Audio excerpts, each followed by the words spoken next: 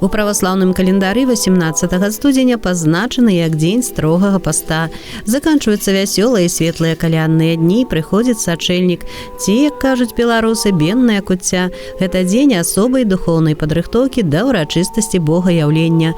А свята хрышчэння Гасподня на пропаведзях святары абавязкова узгадаюць прыхажанам. Называюцца яшчэ так таму, што ўпершыню ў гісторыі чалавецтва усе тры лікі Святой Троіцы з'явіліся людзям. Иоанн слышит слова «Сей есть Сын мой возлюбленный, в котором мое благоволение». Потом мы видим Сына Божия, Господа, Бога Сына, который приходит на Иордан, и Духа Святаго, который всходит на Него в виде голубя. Тем самым свершилось явление Святой Троицы.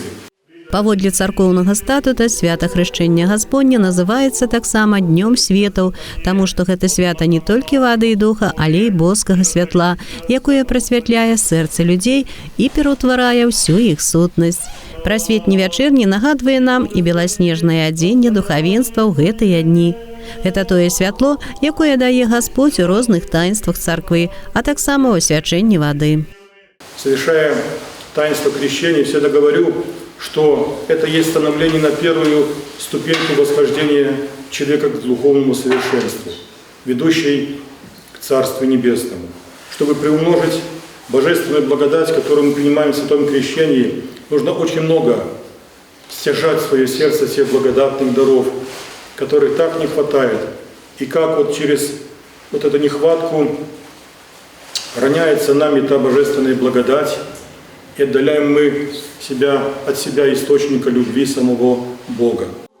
У храмах 18 і 19 студзеня адбываецца вялікае свячэнне вады. Вада гэта называецца гіасмай, што ў перакладзе з грэчаскай азначае святыня, і захоўваецца цэлы год, а можа і больш. Асвячэнне першы і другі раз праходзіць аднолькавым чынам, таму якасці вады нічым не адрозніваюцца. Хрышчэнскай вадой асвячаюць дамы і рабочыя памяшканні, яе даюць піць хворым людзям з малітвай і кавалачкам прасфоры, ды здаровым яна ніколі не зашкодзіць. Принимая святую агиасму, святую воду, мы должны прежде всего быть с миром в душе и сердце, потому что если мы где-то таим какую-то неприязнь, какую-то ненависть, какую-то вражду, то, поверьте, эта божественная благодать уходит. Она бездейственна по отношению к нам. Встав со драм, мы должны прежде всего совершить молитву, покаянную молитву мытаря, сказал: «Боже милостив, будь ко мне, грешнику», принимая не стаканами эту воду, а ложечкой, благоговейно принимая эту святыню, помня, что это по своей такой крепости духовной, это вода после святого причащения. Сёння ўжо ніхто не стараецца набраць хрышчэнскай вады пра запас. Усе чулі, што дабаўленая ў невялікай колькасці да звычайнай, яна перадае апошняй свае благадатныя якасці.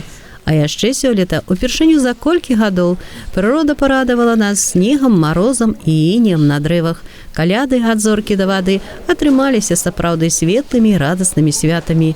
Як апошні напамін пра іх, ёлкі на вуліцах і ў храмах, якія пачнуць разбіраць пасля хрышчэння да наступнага Новага года. Алла Маркелаў, Алексей Андреевский, МКТВ.